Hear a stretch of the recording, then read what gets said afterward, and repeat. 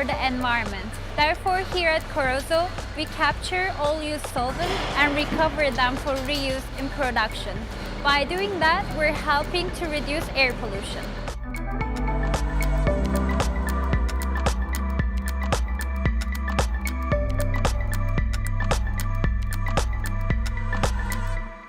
We're taking a technology that is at the forefront globally of solvent recovery and environmental preservation. We're bringing it to Turkey and setting an example for other companies in the sector to replicate that technology.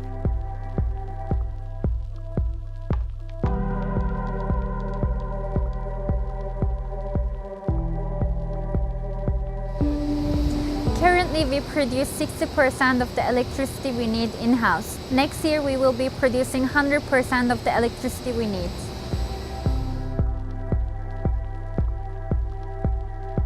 Airborne chemical pollution, originally from solvents, is very often forgotten because it cannot be seen. Therefore, the work we are doing with Korozo to reduce such pollution is very, very important in bringing environmentally sustainable technologies and replicated it across Turkey, but also across our countries of operation.